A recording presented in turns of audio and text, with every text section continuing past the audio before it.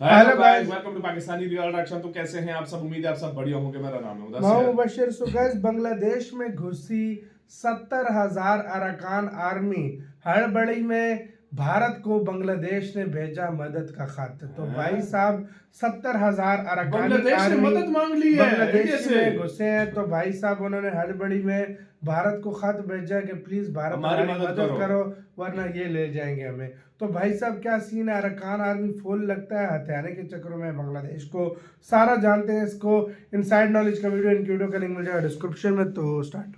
दोस्तों, बांग्लादेश के लिए अराकान आर्मी ने अब मुसीबत बढ़ाना शुरू कर दिया है और जिस चीज का डर बांग्लादेश को सता रहा था, अब उनके दरवाजे पर हकीकत बनकर वह मुसीबत आ पहुंची है। अराकान की वजह से रोहिंग्या मुसलमान बड़ी संख्या में बांग्लादेश की सरजमी पर आ रहे हैं और खबरों की माने तो अभी तक 1000 से ज्यादा की संख्या में रोहिंग्या मुसलमान बांग्लादेश की सीमा में एंट्री कर चुके हैं, जो कि उनकी समस्या को और बढ़ाने वाला है। इसके अलावा कल की वीडियो में हमने आपको बताया था कि बांग्लादेश की अंतरिम सरकार की तरफ से भारत को एक लेटर भेजा गया है जिसमें शेख हसीना की वापसी की बात कही गई थी। इसको लेकर भी नई अपडेट आ रही है, इसके बारे में भी बात करेंगे। काफी इंटरेस्टिंग वीडियो होने वाली है, इसीलिए वीडियो को अंत तक जरूर देखिएगा। साथ ही अगर आपको वर्ल्ड अफेयर से जुड़ी वीडियो देखना पसंद है तो नीचे दिए गए सब्सक्राइब बटन को प्रेस कर बेल आइकन को दबा ले, जिससे हमारी डेली ऐसी वीडियो आप तक सबसे पहले पहुंच सके। तो चलिए शुरू करते हैं इस वीडियो को। पहले बात करते हैं बांग्लादेश की तरफ से भेजे गए लेटर के बारे में। दरअसल बांग्लादेश की यूनिट सरकार ने शेख हसीना की वापसी के लिए भारत को एक चिट्ठी दी है। मीडिया रिपोर्ट्स के मुताबिक बांग्लादेश के विदेश मंत्रालय के सलाहकार तौहीद हुसैन इस बात की पुष्टि करते हुए बताया गया है कि हमने शेख हसीना के प्रत्यर्पण के लिए भारत को एक राजनीतिक चिट्ठी भेज दी है। बांग्लादेश की सरकार कानून का सामना करने के लिए शेख हसीना की वापसी बांग्लादेश में चाहती है। इससे पहले भी गृह मामलों के सलाहकार जहांगीर आलम चौधरी ने इस बात की पुष्टि करते हुए बताया था कि शेख हसीना की वापसी के लिए हर कदम उठाए जा रहे हैं और हम भारत से उनकी वापसी के लिए मांग करते हैं। बता दें कि बांग्लादेश में तख्ता पलट के बाद 5 अगस्त को शेख हसीना बांग्लादेश छोड़ के भारत आ गई थी और तब से वह भारत में ही रह रही है। इसके बाद जब बांग्लादेश में अंतरिम सरकार आई तब उसने शेख हसीना के खिलाफ हत्या, किडनैपिंग, देशद्रोह से जुड़े कुल 225 केस दर्ज किए। अब कानून का सामना करने के लिए भारत से हसीना की वापसी की मांग की जा रही है। इस मामले पर भारत के विदेश मंत्रालय के प्रवक्ता रणधीर जायसवाल ने बताया, बांग्लादेश के हाई कमिश्नर से एक मौखिक नोट प्राप्त हुआ है जो प्रत्यर्पण से संबंधित है। इसके अलावा इस पूरे मामले पर कोई जानकारी भारत की तरफ से साझा नहीं की गई है। इसके अलावा शेख हसीना के बेटे का भी रिएक्शन इस पूरे मामले पर सामने आया। उन्होंने फेसबुक पर लिखा कि बांग्लादेश की अंतरिम सरकार शेख हसीना के खिलाफ षड्यंत्र रच रही है। वो सरकार ना तो चुनी हुई है, लेकिन इसके बावजूद भी बांग्लादेश में शेख हसीना के खिलाफ नई साजिश रची जा रही है। उन्हें बांग्लादेश की नई सरकार के कानून व्यवस्था पर कोई भरोसा नहीं है। ऐसे में एक सवाल उठता है कि क्या भारत शेख हसीना की वापसी कर उन्हें बांग्लादेश भेज देगा?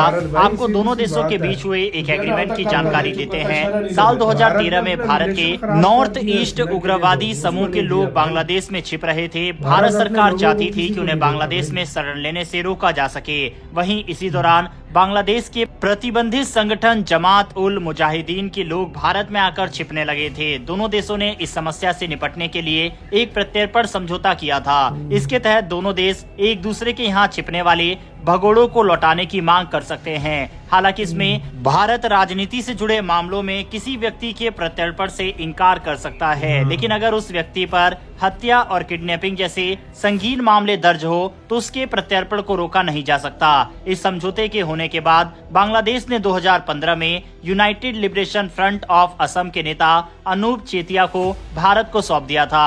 भारत भी कई भगोड़ों को बांग्लादेश वापस भेज चुका है, लेकिन भारत शेख हसीना के प्रत्यर्पण के लिए इनकार भी कर सकता है। भारत बांग्लादेश के बीच हुए एग्रीमेंट के तहत अनुच्छेद 8 में प्रत्यर्पण से इनकार के लिए कई आधार है। भारत कह सकता है कि हसीना पर लगे आरोपों के ठोस सबूत नहीं है। हालांकि इससे भारत के बांग्लादेश की नई सरकार के साथ संबंधों पर बुरा असर पड़ सकता है। लेकिन हाल फिलहाल की एक्टिविटी से भारत और उनकी नई सरकार के साथ संबंध भारत के अच्छे भी नहीं चल रहे। हालात ऐसे बहुत में क्या खराब भारत को यह स्टेप उठाते हुए शेख हसीना के प्रत्यर्पण की मांग को नहीं देगा खारिज भाई। कर देना चाहिए या फिर हमें बांग्लादेश को देगा वापस भारत, सौंप मुझे देना लगता है। चाहिए? इस पर आपकी क्या राय है? कमेंट बॉक्स में लिखकर बताइएगा। बहरहाल आप बढ़ते बता हमारी सकते हो दूसरी भाई। खबर की तरफ, जो कि बांग्लादेश की मुसीबत और भी ज्यादा बढ़ाने वाली है। दरअसल जुंटा सेना और अराकन आर्मी के बीच संघर्ष देखने को इस समय मिल रहा है। दोनों के बीच संघर्ष के चलते असर म्यांमार के लोगों पर पड़ रहा है। इस बीच म्यांमार से रोहिंग्या मुसलमान अपने देश को छोड़ने के लिए मजबूर हो रहे हैं। बता दें कि म्यांमार के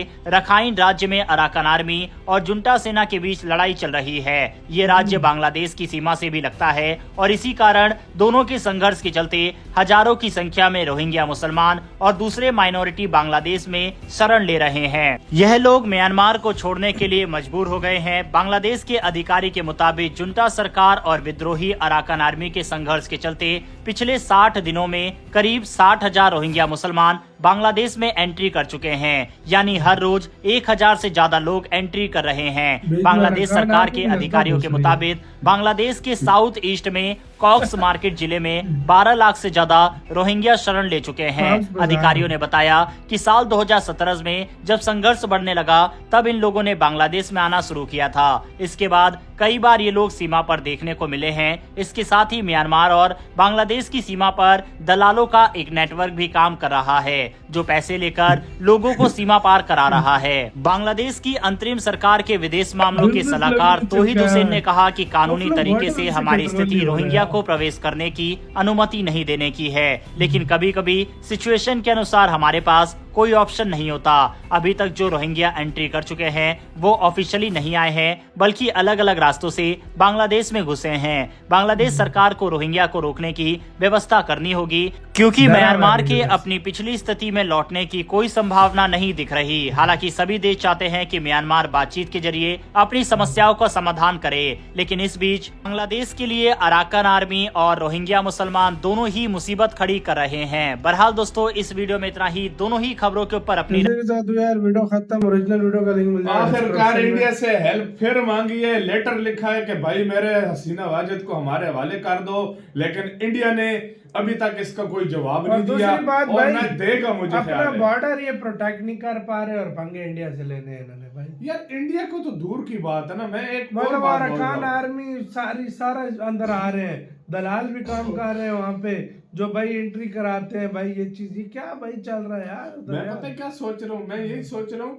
कि यार इंडिया ने इतनी बड़ी दुश्मनी ले ली है एक हसीना वाजिद की वजह से। अगर ये हसीना वाजिद को शरण न देते या उनके हवाले कर देते तो इंडिया के साथ कोई रिलेशन का मसला ही नहीं था। लेकिन अपने जो इंडिया की शरण में आ जाए फिर इंडिया उसको जो है ना कभी किसी के अपने लॉयल बंदों को कभी भी नहीं छोड़ेगा। बिल्कुल इंडिया ये 1-2 साल देखेगा, ऐसी सिचुएशन कर देगा ना, वो बांग्लादेशी मिलते करेंगे कि इसको ले आओ, वापस भेजो।